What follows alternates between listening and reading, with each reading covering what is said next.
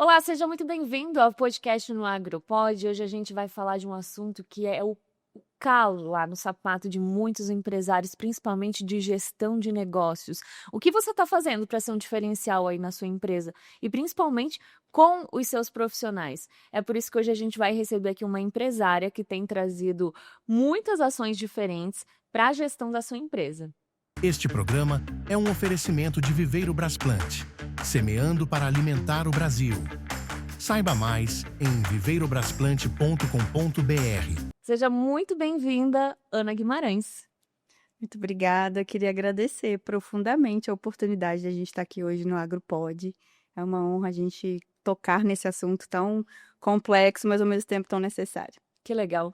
Ô, Ana, e é inevitável quem conhece um pouco da sua história, como eu tive a oportunidade de conhecer, né?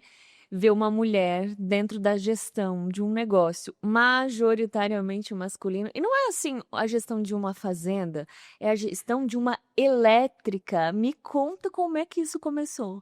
Então, a minha empresa elétrica Guimarães, né? A gente é especializado em rebobinamento de motores elétricos. É ainda mais específico. Rebobinamento, né? Eu sou a terceira geração do negócio, começou com meu avô, então eu sou sócia dos meus pais. Então veio do meu avô para o meu pai, eu sou a terceira geração. E eu brinco que empreender tá no meu sangue, assim, eu acho que desde que eu me entendo por gente é o que eu amo fazer. É uma empresa especializada em manutenção de motores, então a gente trabalha tanto para a indústria quanto para o agro, né? E tanto da região de Brasília, Distrito Federal, e também para a região ao redor, que é do Goiás. Então, a gente trabalha para grandes indústrias, fazendas, e aí a gente lida com motores de pivô, bombas d'água. Eu falo que no universo aí do agro, os motores elétricos estão em praticamente tudo, né? Silos, esteira, enfim. E é uma área muito masculina, que eu lido tanto meus colaboradores internos quanto os meus clientes, né? Então, é homem para todo lado que a gente tem que lidar diariamente, Nas duas pontas, né? nas duas pontas. E você falou que você está na terceira geração. E como que era antes? Como você lembra da empresa quando você era pequenininha? E qual é o principal diferencial que você vê hoje? Eu imagino que, claro, obviamente muitas coisas mudaram. Mas quando você olha para a estrutura, para a gestão, o que que você vê de diferente? Então, eu brinco que o casamento perfeito foi entre meu pai e minha mãe. Minha mãe é formada em administração, na época eles assumiram muito novos a empresa. Ele com 17 anos, 18, e aí eles começaram um relacionamento. Ela com 19 anos, eles assumiram a empresa, muito novos. E ele na parte técnica e ela na parte administrativa. Então, eu falo que foi o melhor casamento impossível. Então, ele sempre foi muito pé no chão e ela muito visionária. Então, assim, muito do que a gente é hoje, a gente deve muito a essa visão de futuro que minha mãe tinha e muito do que eu sei também. Aprendi esses anos todos foi com ela. Ela já não está na empresa, já tem uns 9 anos que ela não está na empresa e hoje tem eu e meu pai. E o que eu vejo muito de diferença é assim, não é porque há 52 anos tem dado certo que vai dar certo daqui para frente, né? Então, se você quer resultados diferentes, um posicionamento diferente, você tem que agir diferente de fato. Então, são novas tecnologias, novo modo de agir. O consumidor não é mais o mesmo, né? Antigamente a gente tinha poucos concorrentes, era muito diferente. Então, hoje a gente precisa se adequar, porque senão realmente você fica para trás. Então, uso de novas tecnologias. Hoje, por exemplo, a gente usa um QR Code, que o equipamento vai para o cliente com esse QR Code, ele bipa e ele tem acesso aos relatórios daquele motor. Então, Que assim, legal, de tudo que foi feito no tudo que motor. foi feito, todas as etapas são fotografadas. Então, desde o equipamento chega até o momento final, tem os dados técnicos também. Então, ali, a gente falando em corrente, né, em tensão, todos os testes que foram aplicados. Ou seja, coisa que não era feita antigamente, né? Então, você realmente precisa se adequar de acordo com a realidade do mercado. E fora essa parte tecnológica, de uns 3 anos para cá, eu fiz uma mudança muito grande em relação à clima e cultura da empresa, assim. É um ponto que a gente vai entrar aí no assunto para frente, mas a grande transformação, eu acredito que tenha sido no clima organizacional da minha empresa. Legal. Eu quero falar do balcão para fora. Você falou muito da diferença do comportamento do cliente também, né? Antes vocês tinham que fazer um trabalho de prospecção mais direta, né? O famoso boca a boca, né? Ah, onde você arrumou o seu motor? E hoje, como que vocês fazem esse relacionamento com o cliente? Incrivelmente, a gente nunca teve um comercial ativo na empresa esses anos todos. Eu falo que a gente ficou mal acostumado dos clientes virem por indicação, enfim. E aí tem 2 anos que eu criei uma área comercial dentro da minha empresa e nossa prospecção agora é totalmente ativa. Então, a gente tem uma linha de indicação.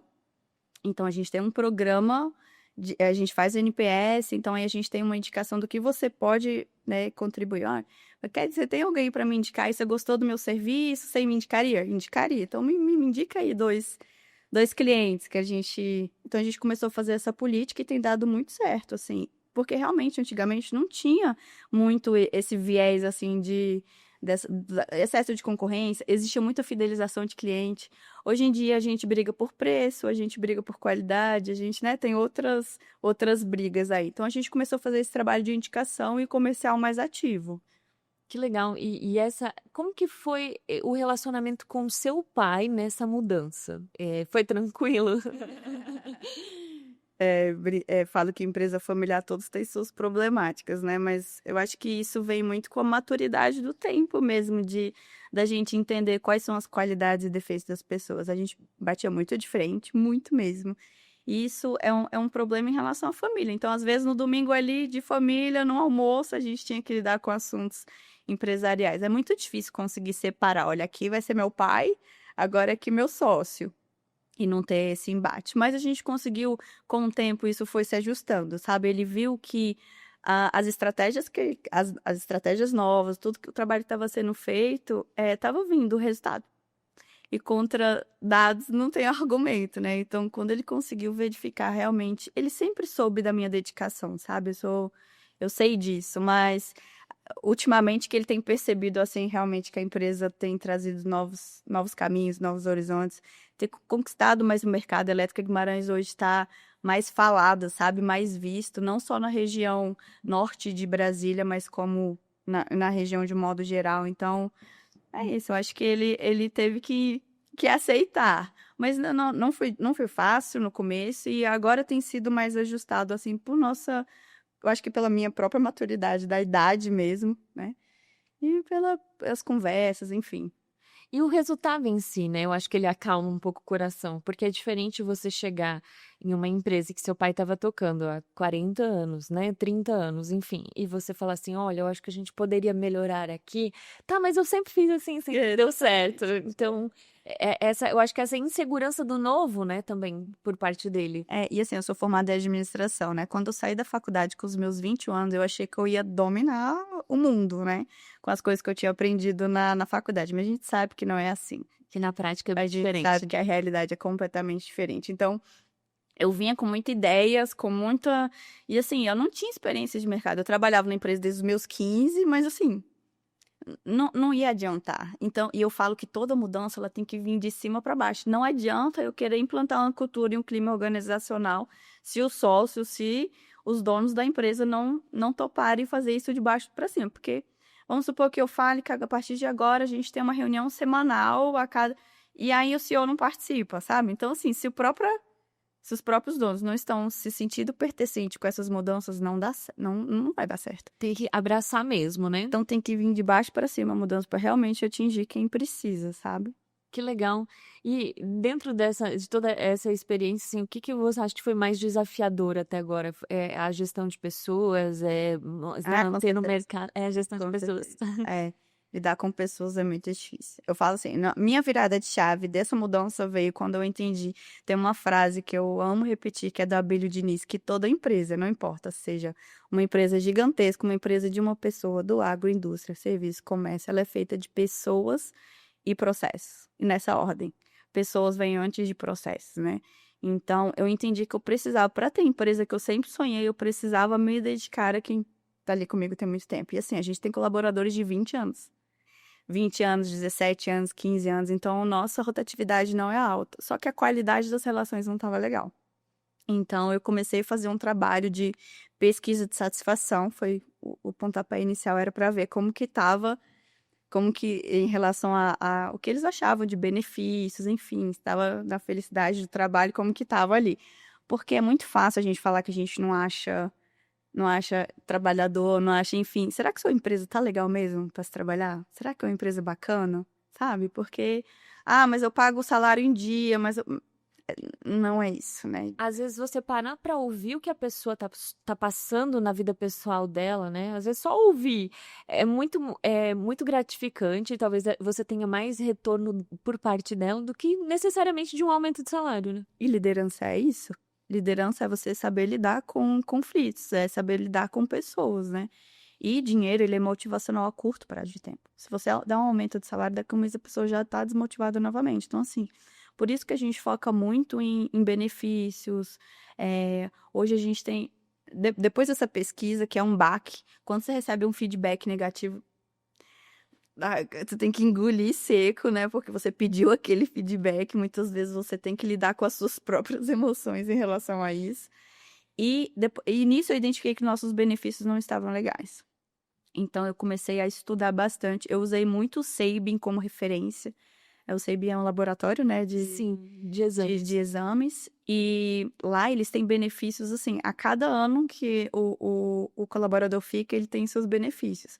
Aí você pensa, nossa, mas eu tô comparando o Sabin a uma empresa de 10 funcionários. Mas é isso, obviamente você não vai colocar dentro das mesmas proporções que tem ali, mas você consegue adequar dentro da sua jornada, sabe? Então, eu criei vários benefícios. A gente tem um clube de benefícios que eu peguei pessoas, empresários que estão dentro da minha rede de contatos e falei, olha, estou criando um clube de benefícios, eu quero que meus funcionários usufruam do seu serviço, eu quero um desconto. Que legal. E aí, o bom assim, você não gasta nada como empresário, né? E você acaba divulgando a empresa parceira para os seus próprios colaboradores consumirem, e eles amam porque eles vão ter os descontos. E aí eu coloquei academia, papelaria, pizzaria, restaurante, tudo que faz sentido dentro da realidade dos seus colaboradores, né? Você não vai colocar um restaurante 5 estrelas, né? Então você tem que realmente pegar o que faz sentido. E o que a pessoa vai usar de fato, né? Isso. Porque não adianta você criar um clube de benefícios se a pessoa não vai usufruir daí. Exatamente. Aí fica só um quadrinho bonito para inglês ver, né? E aí tem esse clube de benefícios, a gente tem. A gente auxilia quanto à doação de sangue. Então, cada doador de sangue ganha um dia de folga e eles doam mesmo, é bem bacana. Então, você está fazendo um bem social, né? Em contrapartida, ele ganha uma folga. A gente tem auxílio de academia, a gente paga a maior parte da academia para eles usufruírem. E bem-estar mesmo, a gente sabe que hoje saúde representa aí, né, a importância. E muitas vezes não é valorizado por eles, né? Assim, não tem... Enfim.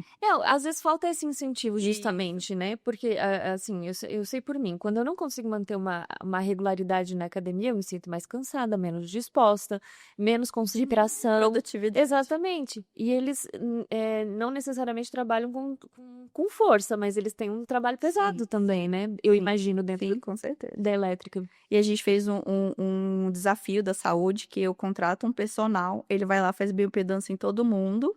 E a gente cria um desafio de 2 meses. Quem tem mais ganho de massa ou perda de peso ganha uma premiação, sabe? Então, eu já percebi que minha equipe gosta de um desafio, sabe? Então, você tem que descobrir onde São competitivos. Super.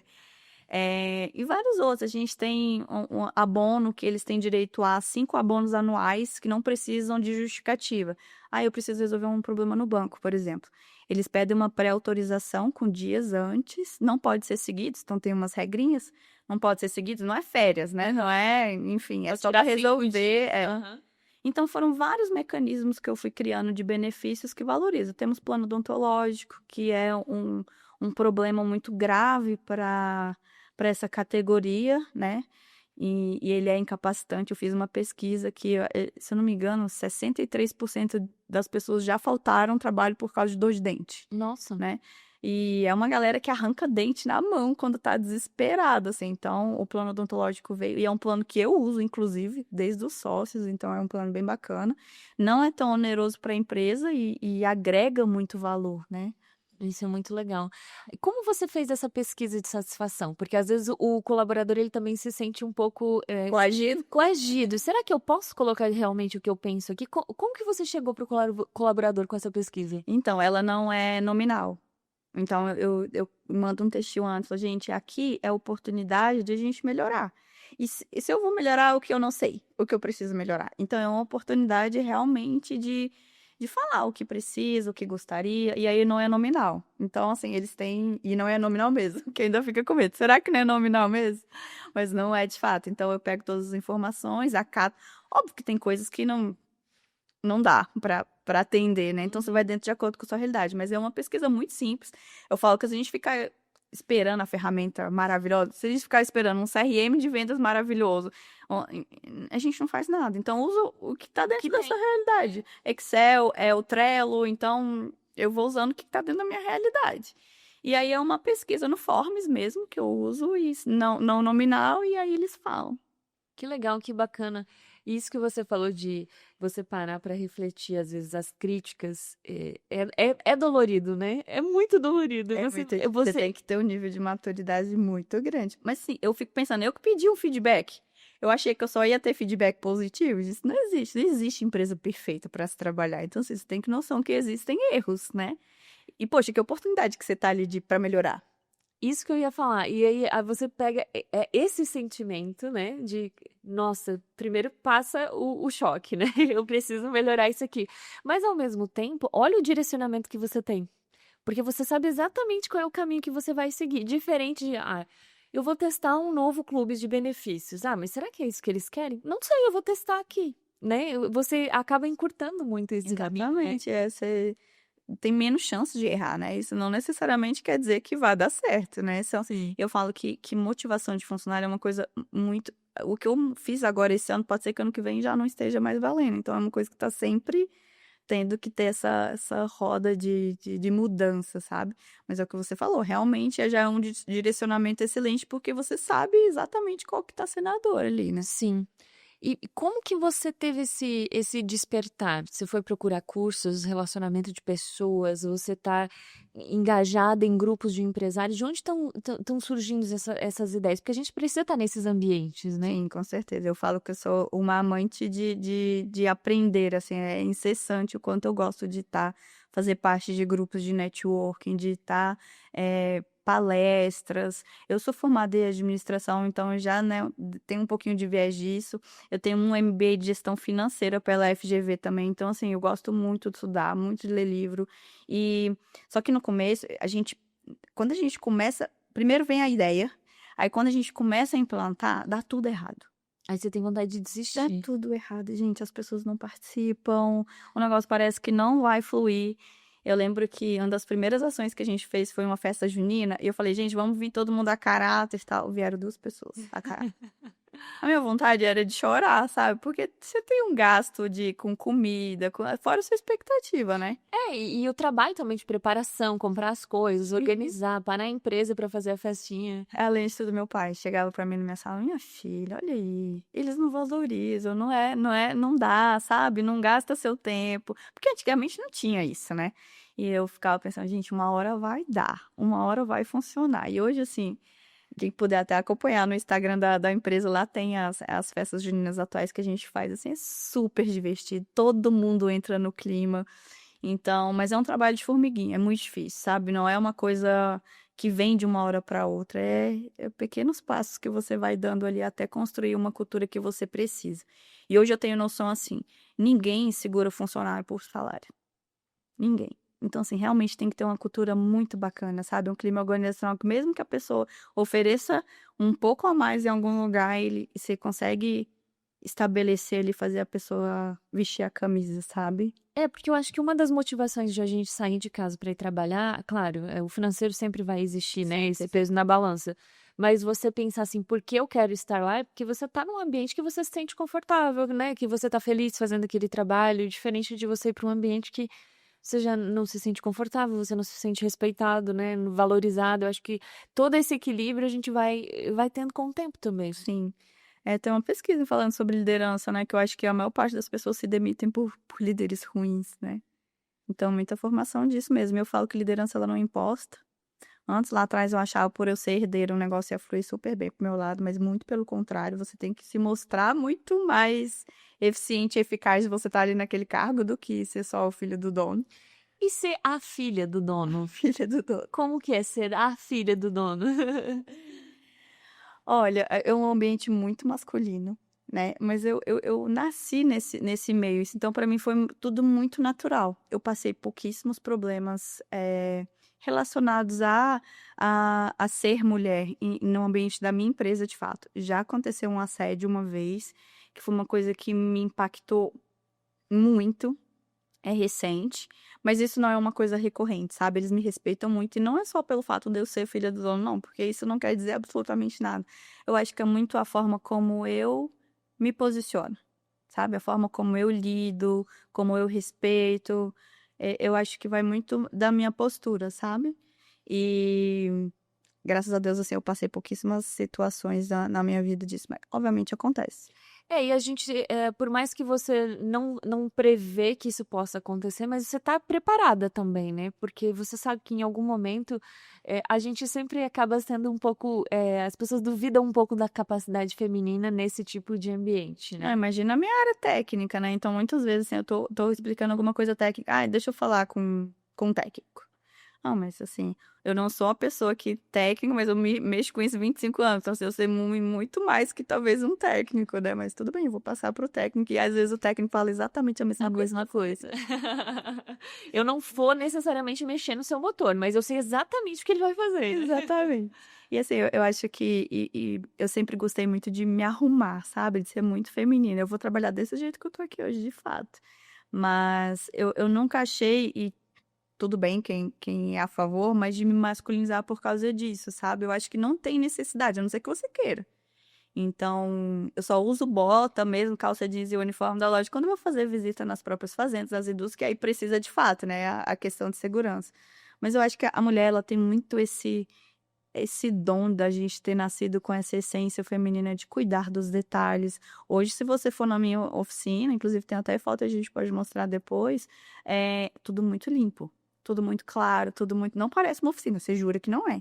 Então a mulher tem muito esse papel, né, de cuidar dos detalhes, coisa que o homem talvez não tenha tanto, né? Quando a gente fala de lar, a mulher ela torna a casa um lar. E eu acho que quando a gente Uma extensão do lar. exatamente, quando a gente fala de negócio, de empresa, a mulher traz realmente essa leveza para o negócio, né? Porque como você falou, qual que é o ambiente que a gente imagina quando a gente vê uma oficina? Né? É completamente Suja de graxa, né? isso. É completamente diferente.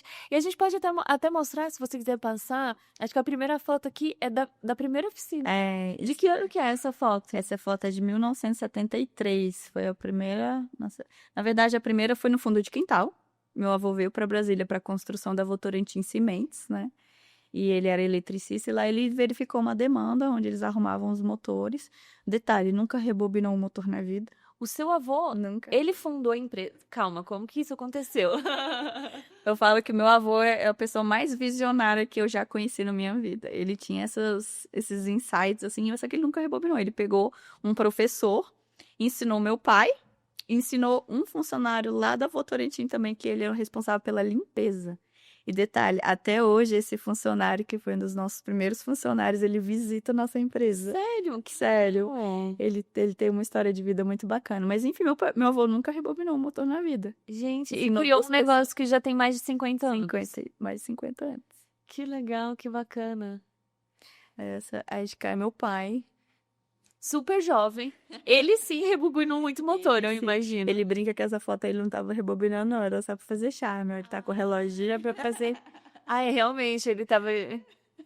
Isso jovem aqui, né? Quantos jovens? Ele tava com 15 anos aí. 15 anos. E já estava trabalhando no negócio da família. Hoje isso é uma outra coisa que a gente observa, né?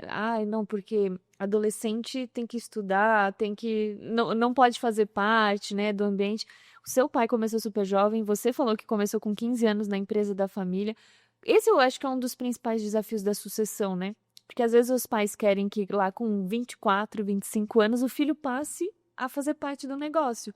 Só que ele não tem essa conexão, né? E eu trabalhei em todas as áreas da empresa, assim, eu trabalhei desde atendimento, eu fiquei muitos anos no atendimento de balcão, então isso foi muito importante para entender todo o processo da empresa como um todo. Eu já cheguei bancando a herdeira, né? Mas eu comecei com o atendimento de balcão, depois eu fui ajudar minha mãe na parte financeira e, nossa, um aprendizado que é o que eu sei hoje, devo muito a essa experiência esses anos todos. Então, foram todas as etapas de fato. Que até hoje, assim, às vezes preciso fazer entrega, sou eu que faço a entrega em fazenda, sabe? Então, não tem esse mimizinho de ser menina, não. Mas falando sobre a área técnica, isso é um problema nacional, né? A área técnica tem sumido. Hoje você não encontra tantos torneiros mecânicos, eletricistas, os mecânicos de fato. Então, agora, com até as políticas do Senai, do Sistema S, de um modo geral, isso está mudando um pouco. Algumas escolas você já sai com a área técnica. O SESI mesmo tem uma escola, né, que você já começa a fazer ensino técnico desde o primeiro ano. Que legal. Então, você já sai para o terceiro ano já com alguma, ou eletricista predial, eletricista industrial, eletromecânico. Então, é muito legal. Então, tá tendo uma geração aí que tá voltando um pouco essa consciência, né, de já ter uma profissionalização técnica já saindo do ensino médio, que antigamente isso era muito mais comum, hoje realmente não tanto. E pra gente é muito ruim, porque fica escasso a mão de obra, né? É a famosa geração dos nem, né? Nem trabalham e Exatamente. nem estudam, né? O Brasil é o país que mais tem jovens nessa situação. E eu fico pensando assim, que eu também sou de uma família que comecei a trabalhar muito cedo, né? Meus pais são agricultores, trabalhava na roça com eles, mas assim, com 16 anos eu já trabalhava em loja, eu já tinha responsabilidades. E hoje você vê um jovem de 24 anos que mora com os pais e não estuda e não trabalha, sabe? Na minha cabeça isso não existe. Isso lá pra frente eu acho que vai, né, ver o problema que isso acarreta, porque isso, né, é uma construção de moral, sabe, do que você se torna como pessoa, isso é desde cedo, né? Então, sei lá, eu posso estar muito enganada, mas isso é muito ruim pra essa geração, assim. Eu espero que lá na frente se conscientize que isso não vai dar muito certo. Eu tô feliz realmente com isso que você falou, que eu vejo uma mudança. Eu acho que a gente chegou ao limite, assim. As pessoas estão começando a voltar, né? Trazer os costumes, os bons costumes que a gente tinha, né? Claro que muita coisa eu acho que a gente melhorou mesmo, mas esses bons costumes, porque como é que você vai virar uma chave em uma pessoa de 24 anos e dizer, não, agora você pega a chave aqui, você vai lá abrir a loja e você é o responsável por ela? Como assim? Você não. Eu acho que com a internet, né, eu acho que os jovens, que eu não sou mais tão jovem, se conscientizam muito de um dinheiro rápido, a sensação de dinheiro rápido. Com pouco esforço. Que a internet causa. Só assim, as grandes pessoas, grandes empresários que eu conheço na minha vida são pessoas que lutaram muito para o que tem hoje, assim, de trabalho. Então, assim, é uma imaginação que aquilo ali vai dar certo. Aí você vê sobre o aumento desse negócio de jogo de azar. Então, a gente, entre outros viés, assim, achar que existe essa facilidade de enriquecimento rápido, sabe? Eu sou de outra geração, outra linha de pensamento, sabe? Minha família inteira, muito trabalho. Meu pai até hoje vai todos os dias pro trabalho, sabe? Então, Quantos assim, anos ele tem? ele tá com 63. E ele ainda faz parte lá da equipe. Não, se você chegar na loja, ele tá rebobinando o motor. Se eu colocar ele pra não fazer isso, ele morre. Mas que legal isso, porque além dele levar a experiência dele para os outros colaboradores, ele também tá ativo, ele tá participando, né? Ele continua participando da empresa.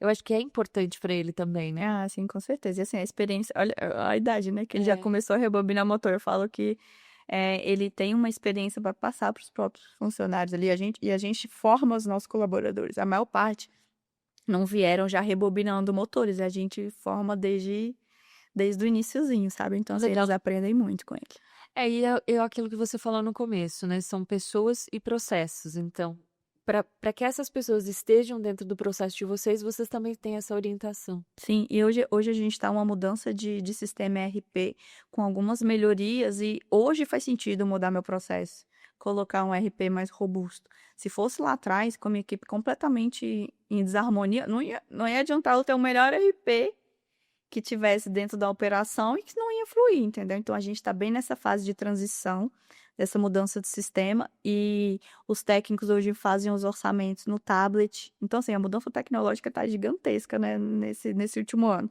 Então, eles fazem no iPad, né, E aí tem o acesso e tem esse negócio do QR Code que eu te falei. Então, e aí eu coloquei ele para aprender. O seu pai? Eu coloquei ele para fazer o treinamento. É difícil colocar ele para sentar numa cadeira para prestar atenção, sabe? Porque ele precisa fazer parte do processo, né? E então, aí ele ainda não tá usando. Eu falei, pai, eu sentei ele e falei, pai, por favor, você é a referência da empresa. Não fala mal do sistema, não fala que tá muito moroso, não fala nada disso, porque assim, você é o meu espelho aqui dentro, como que você vai ficar reclamando? Ele, ai, tá bom, vou tentar não reclamar. Que legal. Mas isso é muito bacana, né? Você conseguir trazer essa novidade para dentro do que já tá dando certo. Como a gente falou outro dia, eu nem lembro com quem eu estava conversando, mas, por exemplo, o exemplo da Kodak, né? A Kodak era líder do mercado, a gente achava que só existia isso.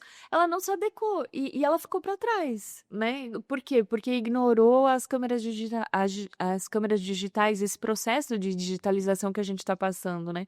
Então, se vocês também não passarem por essa mudança, daqui a pouco vocês vão ficar para trás também, né? É, tenho um empresário que eu tenho muita consideração, inclusive quero mandar um beijo para ele, que é o Sávio da Pedreiras Contagem. Ele tem algumas pedreiras aqui em Brasília e uma pessoa que eu tenho verdadeira admiração. Ele virou pro meu pai e falou assim, Totti, você tem que entender que se você não se adequar ao mercado, hoje o mercado não permite mais amadorismo.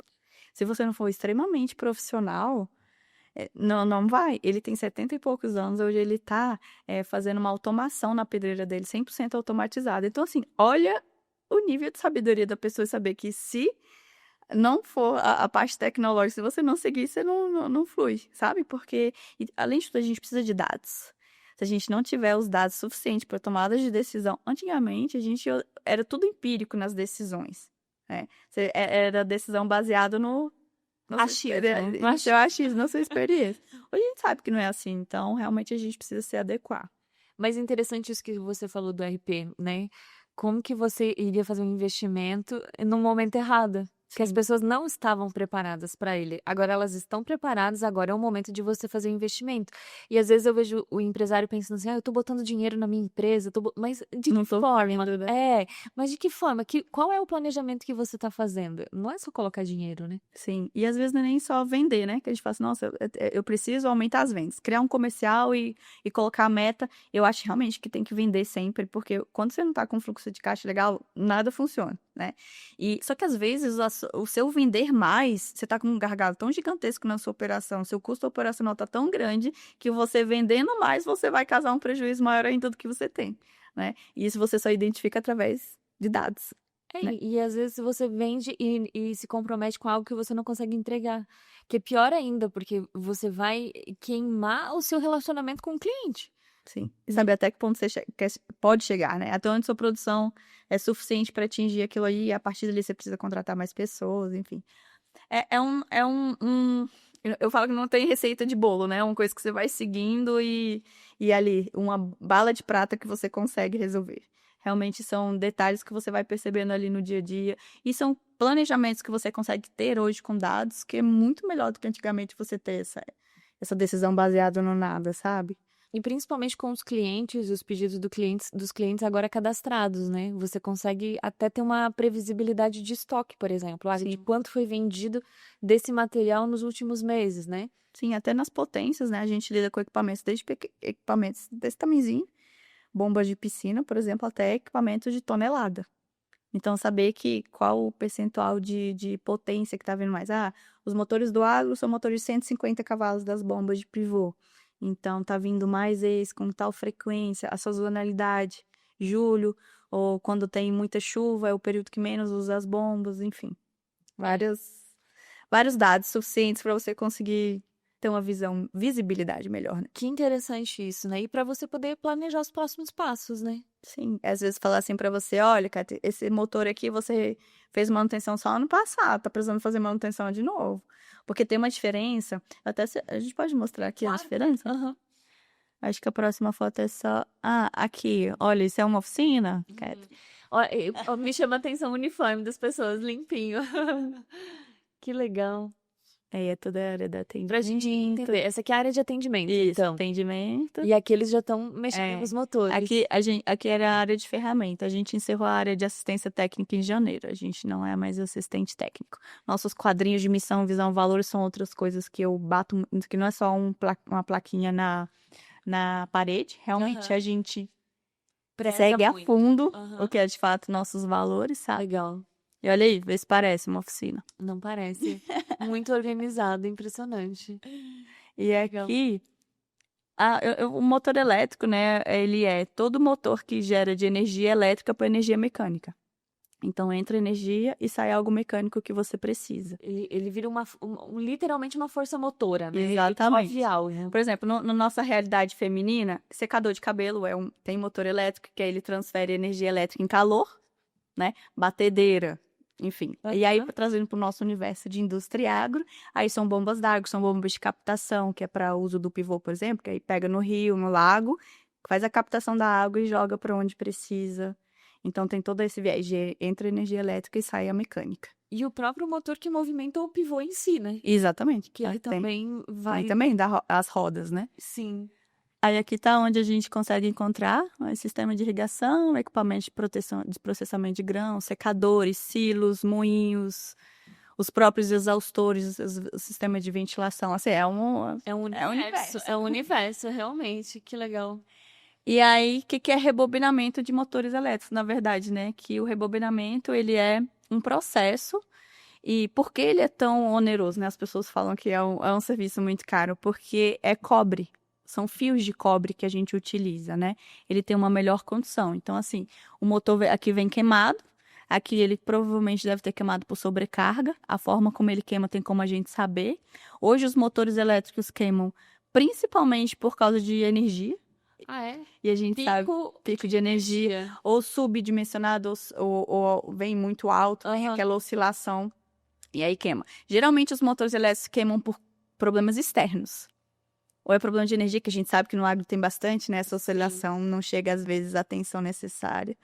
E sobrecarga, por exemplo, entrou alguma coisa e ficou travado o equipamento e queimou o motor. Aqui provavelmente foi uma sobrecarga, ele teve até um arrastamento aqui, ó. Mas interessante isso que você fala. Dificilmente é uma falha do próprio motor. Então... dificilmente é algo de garantia, assim, muito, muito raro. Acontece, mas muito difícil. Geralmente é alguma coisa. Ou, por exemplo, a bomba d'água está subdimensionada. Por exemplo, ela está num desnível muito grande, ela precisa jogar muito e ela não está conseguindo aguentar. Então, foi subdimensionada a bomba para aquela funcionalidade dela ali. Acontece muito de entrar bicho. Dentro do motor? Porque ele fica aquecido, né? Então, ali entra na caixa de ligação rato, cobra, aranha. Constantemente a gente abre e tem ninho de rato. E aí, por conta disso, acaba queimando também? Acaba queimando. Caramba! Às vezes o equipamento fica parado durante um tempo, aí vem, faz um ninho ali, porque tá aquecidinho, aí na hora de rodar o motor não faz a manutenção necessária, aí roda, aí o motor queima porque tem aquilo ali. Eita. Aí ele aqui tá queimado, e aí o processo de rebobinamento é retirar todo esse cobre queimado. Nossa. Ele fica limpinho, como essa foto do meio. Então tem que retirar tudo isso manualmente, tá? Não existe uma máquina que faz essa retirada. Que abra ele. Não. Tudo manual. E aí a gente coloca fio por fio. Esse é meu pai. É aquela mesma Trabalhando. E aí, fio por fio, a gente coloca em cada ranhura que a gente fala dali. Tem um isolante e a gente vai colocando cada ranhura. Ah, aqui dentro, né? Exatamente. Cada fiozinho desse. E aí ele fica assim. Aí ele fica assim. Depois. Aí passa verniz, né? Pra fazer a secagem. E é isso o processo de rebobinamento. Eu trabalho completamente manual. E quando é um motor grande, você falou de tonelada, aí no caso vocês fazem a manutenção no local, né? Na indústria ou na fazenda? A gente leva para nossa empresa. A gente recolhe na fazenda, geralmente eles desinstalam e a gente recolhe, faz dentro da nossa empresa, mesmo porque, como o equipamento é muito pesado, a gente precisa de talha, a gente tem todos nos nossos materiais que não dá pra gente fazer no local. Aí a gente vai e entrega. Que interessante, eu não sei que era esse o Muito processo. diferente, né? E aí, a matéria-prima é fio de cobre, então é uma matéria-prima onerosa, né? Então, assim, os motores elétricos são ativos caros, e que eu acho que tem pessoas que negligenciam isso, essa manutenção, sabe? E a gente bate muito na tecla da manutenção preventiva, é antes disso aqui acontecer. Às vezes, a troca do rolamento não tá sendo engraxado da forma correta, enfim, ele quebra. e aí pode trazer uma queima. E a manutenção preventiva é 60% mais barato que a corretiva, porque não tem a troca de cobre, Sim. né? Então, A matéria-prima da manutenção já é infinitamente mais barata, né? exatamente. E aí eu brinco que a cultura do nosso país não é muito de fazer prevenção, né? Nem com saúde, quem dirá com... A gente quer deixar até o limite pra ir lá e depois ver o que faz, né? O empresário fala assim pra mim, eu falo, vamos fazer uma manutenção quando, por exemplo, no período de entre safra, alguma coisa, ele fala, mas a gente não tem tempo pra parar. Eu falei, mas se o motor queima, tem que parar. E aí para... E para, tipo, uns Para 3 tudo. dias, Aham. 3, 4 dias, dependendo do porte do motor, entendeu? Pela lei natural do processo. Aí é muito disso conseguir colocar na cabeça que é muito melhor parar um equipamento para fazer uma manutenção do que quando ele tá queimado. E não só. E esse parar não é prejuízo só do motor, é prejuízo de, às vezes, todo o ciclo da produção, né? Você tá em um período. Você falou muito da questão da irrigação, né? A gente tá em Brasília num período de seca, em que para produzir você precisa acionar o sistema de irrigação. E aí, se você não tem esse motor para acionar, por exemplo, queima o motor de uma bomba, você perde todo o ciclo de irrigação de um pivô por 3, 4 dias. Olha a diferença que isso vai dar lá no resultado final da produção, né? Sim, e muitas vezes não tem um equipamento sobressalente para você conseguir colocar lá. Então é desesperador. As pessoas ligam pra gente, olha, pelo amor de Deus, 2 dias. Eu falo, gente, não é que não dá, é porque o processo, ele é um processo mais lento, porque ele é um processo manual. E é assim com todas as empresas.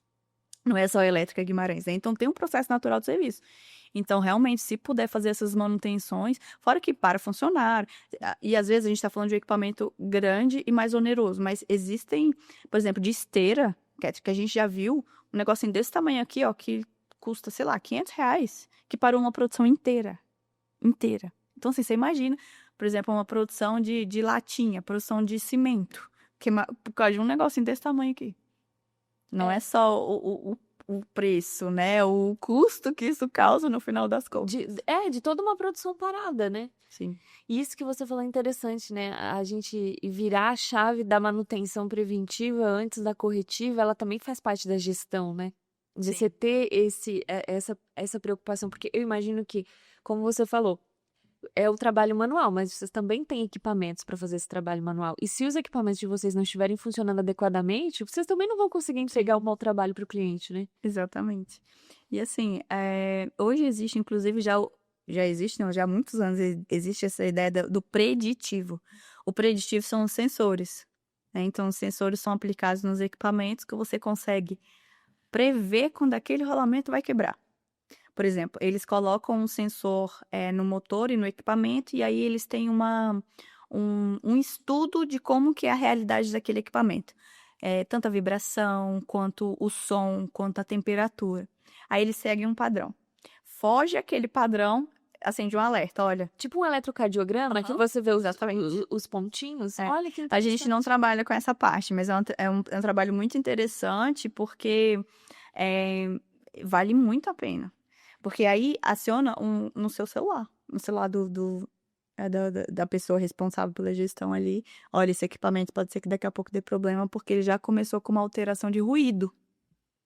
Aí aquele equipamento precisa parar para fazer manutenção. Olha que interessante. Muito legal isso. Muito legal. Ana, quando você chega na empresa de manhã, assim, você olha para ela, você pensa assim, acho que eu cheguei no ponto que eu gostaria, eu ainda tenho muito pela frente. Nossa, eu tenho que ficar fazendo um trabalho comigo mesma do que eu era lá atrás. Do que eu tô hoje, assim, das evoluções que aconteceram. Porque eu sempre fico muito com a sede das coisas darem certo. Por exemplo, hoje eu quero que o sistema esteja fluindo 100%, sabe? Só que lá atrás, tantas coisas já melhoraram e eu preciso parar para refletir, de agradecer tudo que a gente fez até agora e tudo que ainda está por vir, sabe? Porque eu ainda tenho muita coisa que eu quero que melhore, sabe? Mas dá muito orgulho de ver os patamares que a gente vem construindo e de uma empresa assim um ramo tão diferente, tão difícil. Eu acho que tudo para mim é mais difícil assim, né, nessa área, sabe? É difícil a gente fazer marketing porque a gente trabalha com B2B. Meu público não tá no Instagram. Meu público, incrivelmente, está um pouco no Facebook. Ainda. E principalmente retenção de talentos. Facebook para mim é muito importante. Agora a gente começou a usar LinkedIn, sabe? Então, o marketing pra gente é muito difícil, a parte de profissionalização é muito difícil, porque não tem no mercado. Tipo, eu queria que meu funcionário fizesse um curso de. Não tem. Não tem, sabe? Então, assim, muitas das coisas a gente tem que construir do zero. Inclusive, a gente tá com uma parceria com o Senai. Eu fiz 2 cursos de rebobinadores pro Senai. Que legal. E a gente espero que a gente consiga formar mais turmas, porque assim, quanto mais profissionais a gente conseguir formar, né? Tem o viés social também, que é uma profissão muito legal, tá escasso no mercado e tem muita demanda, sabe? Então tem oportunidade de crescimento disso. Então, tem esse projeto também desse. Lá atrás, há 20 anos atrás, o Senai dava esse curso. Inclusive, os nossos primeiros funcionários Vieram do vieram do Senai. Que legal. E, inclusive, o professor desse curso é esse colaborador que foi formado do Senai anos atrás. Inclusive, um super case de sucesso. Um funcionário que ficou com a gente muitos anos. Hoje ele é professor universitário. Que legal. E aí ele dá esse curso de rebobinamento junto com a equipe. Bem legal. Gente, Então, que assim, bacana. muitos projetos, muitas coisas acontecendo. A empresa está se profissionalizando cada vez mais e estou muito satisfeito com o que a gente construiu e ainda muito na expectativa do que estar por Da vir. próxima fase. Que legal. Mas assim, até falando dessa questão do marketing, né? Do que é difícil fazer. Mas tudo isso que a gente conversou aqui é marketing. Essa história de vocês, né? De mostrar que vocês estão no mercado justamente porque não foi um trabalho que foi feito de qualquer jeito, Sim. né? Ele vem sendo aprimorado a É um cada dia. legado, né? É um legado, exatamente. Como que ele foi construído, né? Como que o seu pai saiu daquela foto lá para essa daqui? Não foi só porque ele tinha um sonho, não.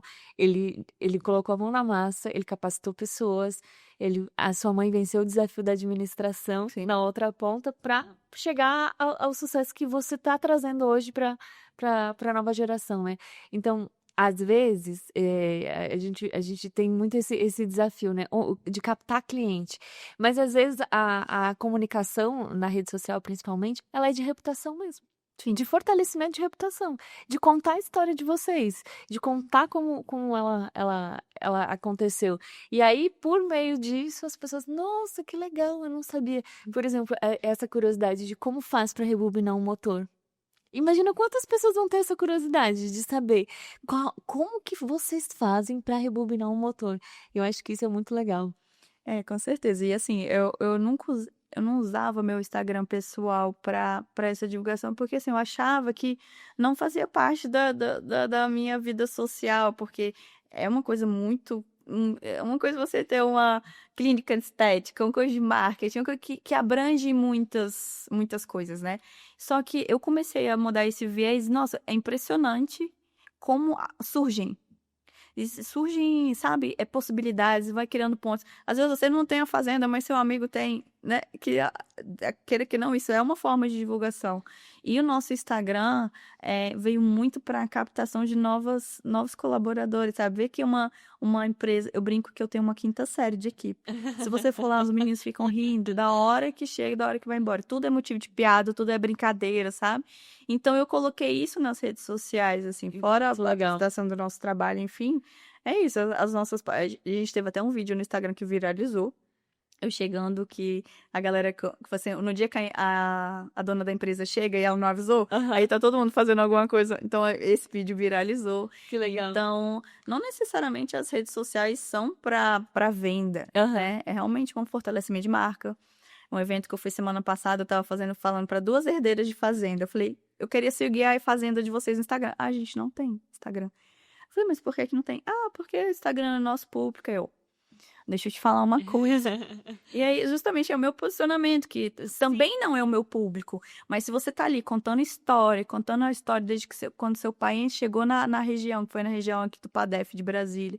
Então, é muito importante. Então, eu fiz essa conscientização da importância de... Parece que a empresa não existe quando não tá no Instagram. Mesmo que não seja o público, né, determinante deles ali. E isso que você falou de você trazer para sua rede, eu acho super importante. Porque você é a cara da empresa, né? As pessoas têm essa referência quando você chega lá. E já gera curiosidade também pelo fato de você ser mulher, como você falou, feminina, no meio de um ambiente completamente masculino. Gera curiosidade. Gera muita curiosidade. E cada vez mais a gente tem visto, principalmente no marketing, a diminuição dos influenciadores para que os influenciadores passem a ser os próprios donos, né? E isso gera muito mais conexão com as pessoas. Isso é uma realidade, né? Que até hoje em dia você vê o CIMEB, como é que tá, né? A gente tem cases assim, por exemplo, o velho da van. Sim. Alguns anos atrás, ele não queria aparecer nem em foto, ele não queria que divulgasse quem ele é. Hoje ele é quase um humorista dentro da própria empresa, né? E eu acho que isso gera o que você falou lá no início, né? Se o meu pai não fazer parte do sistema, como que ele vai dar o exemplo? Quando você faz parte da comunicação, você também está internalizando nos colaboradores, né? E às vezes até para motivar, vamos gravar um vídeo, todo mundo se esconde, ninguém quer gravar o vídeo. Você fala, não, mas vamos gravar. Eu tô aqui, eu também vou gravar. Eles me mandam, você acredita? Jura? Eles me mandam as ideias, vamos fazer isso aqui e tal, e já virou a menina do marketing lá, minha irmã mais nova faz o nosso marketing, e aí quando ela chega lá, eles já começam a brincar, olha, tem isso aqui, esse vídeo aqui, então é realmente fazer os colaboradores se sentirem parte pertencente disso, sabe? E aí volto mais uma vez a dizer, se as pessoas não entenderem o quão importante é a dedicação de cultura e clima organizacional, é um diferencial, sabe? Hoje em dia, assim, eu nem digo diferencial, é essencial. Porque hoje pessoas realmente... Você tem que perder o seu tempo, mas a maior parte é realmente o RH. E às vezes, na correria do dia a dia, eu faço até meia culpa, assim, né? Por quê? Porque é isso. Às vezes você você tem processos, né? Você tem um planejamento, mas às vezes você sentar para ser mais estrategista dentro do negócio, né? Pensar, como você falou, dos clubes de benefício, das formas com que você vai lidar com o profissional, ele demanda um tempo estratégico, que você tem que sentar ali e ser intencional de verdade. E às vezes você tá tão na rotina, né? Tão envolvido no operacional. No operacional. Não, é óbvio que nem tudo são flores, gente. Hoje eu faço coisas que até... Sério, eu duvido da minha capacidade de fazer tanta coisa e tenho certeza que não faço tudo bem feito porque faço coisas demais. Mas eu também me ocupo muito disso aí. Tem vezes que passa um tempo, eu falo, gente, eu precisava muito me dedicar a isso aqui. Mas ser dono de empresa, ser líder, é você ter esse tempo estratégico, assim, sabe? Hoje, por exemplo, só pra você ter noção, eu faço meu financeiro. Não dá mais para eu ficar mexendo no financeiro, sabe? Contratei um BPO para, com certeza, eu ter essa folga para eu conseguir desenvolver estratégias melhores. Mas a gente pensa assim, nossa, eu tô com caixa super apertado, eu preciso economizar, não vou contratar uma pessoa para isso. Só que assim, sua hora é muito mais cara para você estar perdendo tempo. A sua hora de trabalho, ela vai ter um valor muito mais elevado e mais de resultado estratégico lá no final do processo, né? Sim. Só que pra gente parar porque você pensa assim, até eu parar, ensinar uma pessoa a fazer o que eu tô fazendo, vai demandar um tempo, aí mesmo que eu não vou conseguir. Só que o processo tem que ser o inverso. Tem que ser o inverso.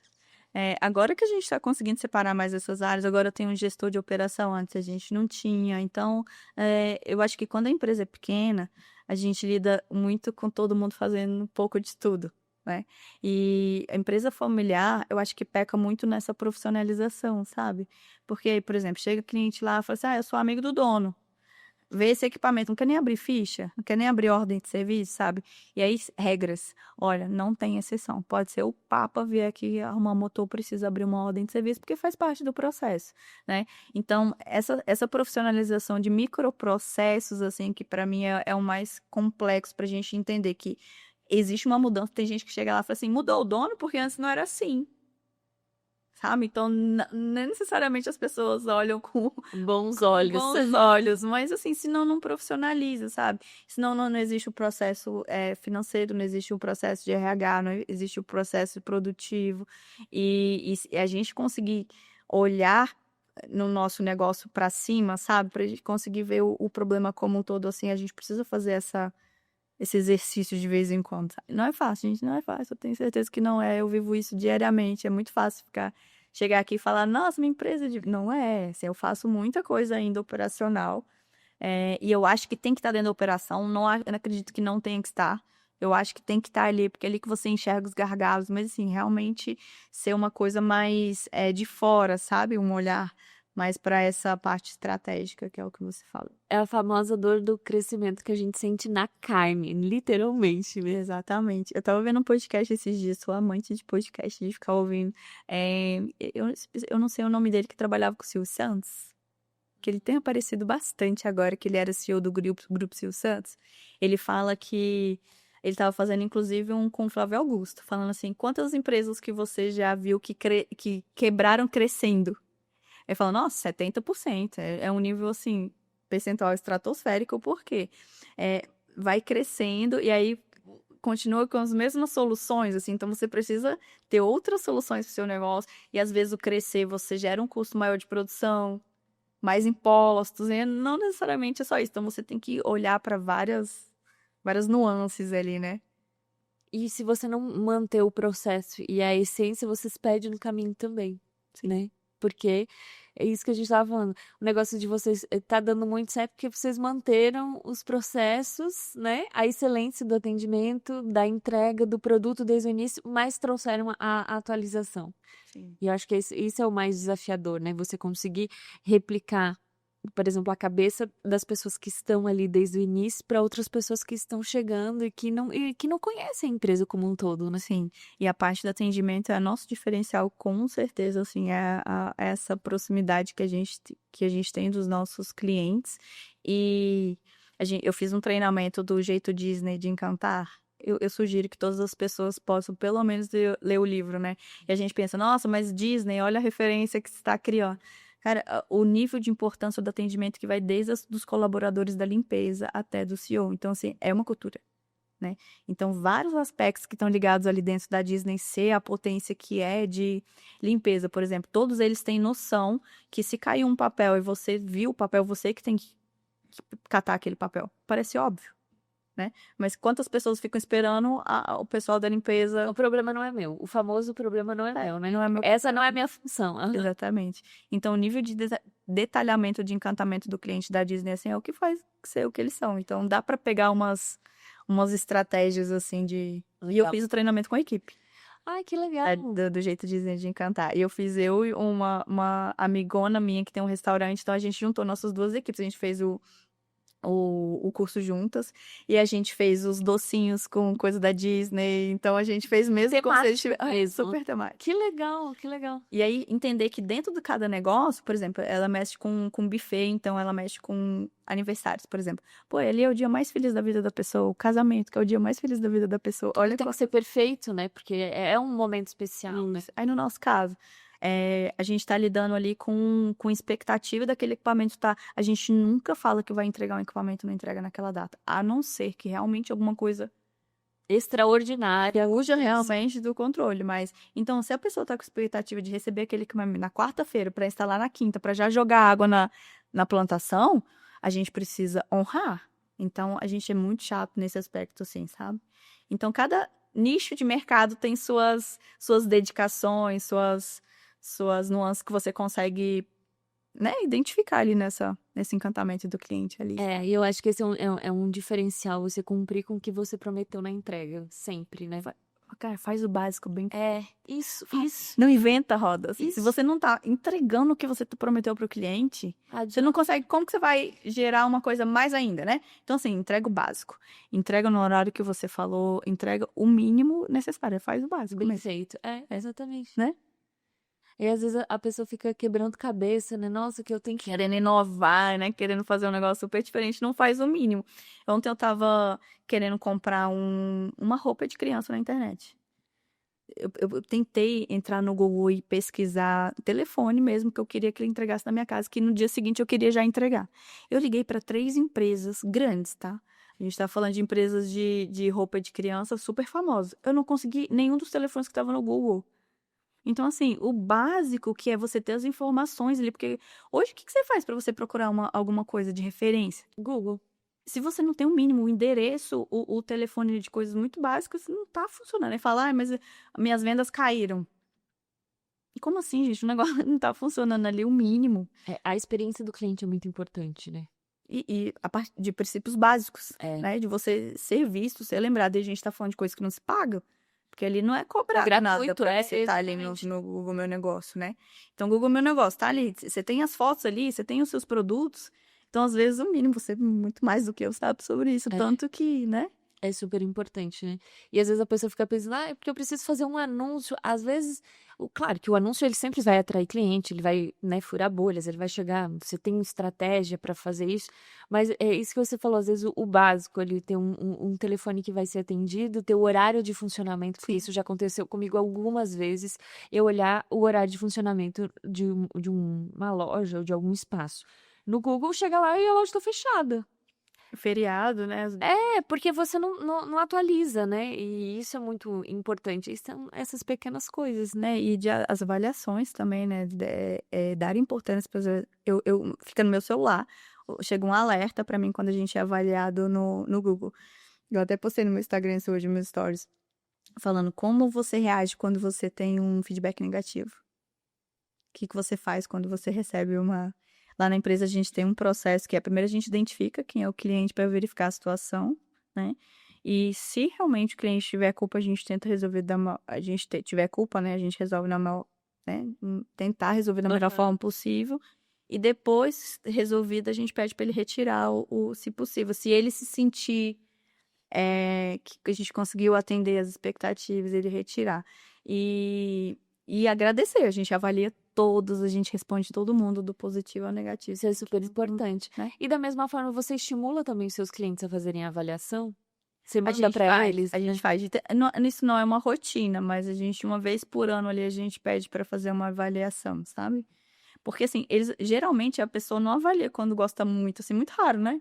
Geralmente a avaliação. Ninguém fica com vontade, né? Tipo, nossa, gostei tanto desse serviço que eu vou lá avaliar, né? É mais Sim. difícil. E é né? bom incentivar, né? Porque realmente, você gostou do nosso serviço, você poderia fazer a gentileza de avaliar e até incentivar. Essa minha amiga do restaurante, eu falei, dá um brigadeiro. Falou assim, se você avaliar aqui, eu te dou um brigadeirozinho aqui como forma de retribuição. Não necessariamente só para avaliar 5 estrelas, você não tá comprando o cliente, mas... Mas para estimular mesmo, né? No restaurante é mais comum, né? Obviamente, porque você tá sentado. Então, se o restaurante já tem esse cuidado de colocar um QR Code, por exemplo, para a pessoa, avalia aqui, ganha uma sobremesa, Sim, né? exatamente. É uma gentileza e eu acho que faz um bom serviço, porque todos nós somos movidos por avaliações, né? Sim. Quem nunca foi olhar as avaliações sobre algo antes de comprar? Quantas vezes você não comprou, não foi, porque Porque a tinha uma avaliação avaliação. estava ruim. É. Agora, o que acontece, e foi, inclusive, uma das experiências que eu coloquei nos stories, foi de gente que avalia, não sabe nem o que tá fazendo. A gente vai pesquisar o cliente, não é nosso cliente.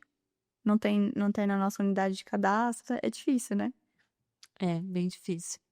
Eu queria que você passasse para outra foto, porque a outra foto é bem curiosa. Qual? Da equipe. Essa aqui. A gente falou tanto, né, de ser uma mulher no meio dos homens e Tá faltando gente aí, tem funcionários novos, mas essa é a minha equipe que eu tenho. Eu falo que eu tenho muito orgulho dessa conquista, assim, da gente conseguir ter feito essa sinergia, sabe? Hoje a gente vai pra happy hour e a gente não tinha essa cultura dessa união, sabe?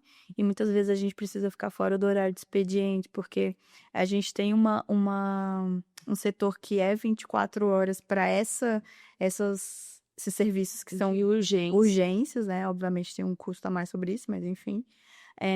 E sabe, a gente tem a gente vai, pede uma pizza e ele tá todo mundo, sabe, entregando o que precisa. Então eu tenho muito orgulho do que a gente construiu, muito orgulho dessa galera aí, de verdade.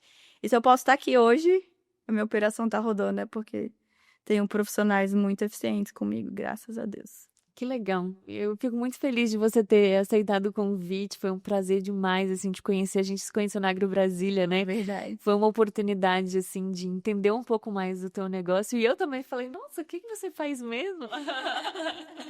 Né? Porque... Bobi, o quê? É o quê? É um pouco diferente mesmo do que a gente está acostumado e você inspira muito contando essa trajetória, assim. Não é possível. É difícil, é desesperador. Às vezes sim. Dá vontade de desistir todos os dias. Mas assim, né, eu acho que eu aprendi muito com você hoje aqui nesse bate-papo e trazendo a sua experiência de gestão. Então, obrigada por você ter aceitado o Eu que convite. agradeço de verdade pela oportunidade de contar a história, contar o legado da Elétrica Guimarães. Tô super feliz no nosso bate-papo e espero que tenha agregado pelo menos um pouquinho, pelo menos saber o que que é rebobinamento de motores elétricos, que bicho de 7 cabeças que é esse, né. E muito obrigada, de verdade. Legal, eu que agradeço. E quem quiser conhecer mais sobre o seu trabalho, sobre a Elétrica Guimarães, se você quiser deixar site, Instagram, para as pessoas encontrarem Eu acho você. que eu até coloquei aqui. Aqui Ah, legal, ótimo. tem aí o Instagram, esse é meu WhatsApp, eu fico lá responsável pela área comercial, pela parte administrativa. Quem tiver interesse em saber um pouquinho mais sobre esse universo, também bater um papo, eu adoro falar sobre gestão, RH realmente é minha paixão, então, que não que seja só tecnicamente, mas se quiser falar alguma coisa sobre gestão, então, aberta da gente conversar. Que legal, obrigada mais uma vez, foi um Obrigada, prazer mesmo. obrigada. E assim a gente encerra mais um episódio do podcast no AgroPod. Eu acho que deu para aprender bastante, né, sobre gestão, pessoas, principalmente liderança. E eu fico sempre muito feliz de poder trazer esses convidados especiais que trazem essa experiência de vida e com certeza para agregar talvez aí no seu negócio. Eu fico por aqui e a gente se vê na próxima semana. Até mais! Este programa é um oferecimento de Viveiro Brasplante, semeando para alimentar o Brasil. Saiba mais em viveirobrasplante.com.br.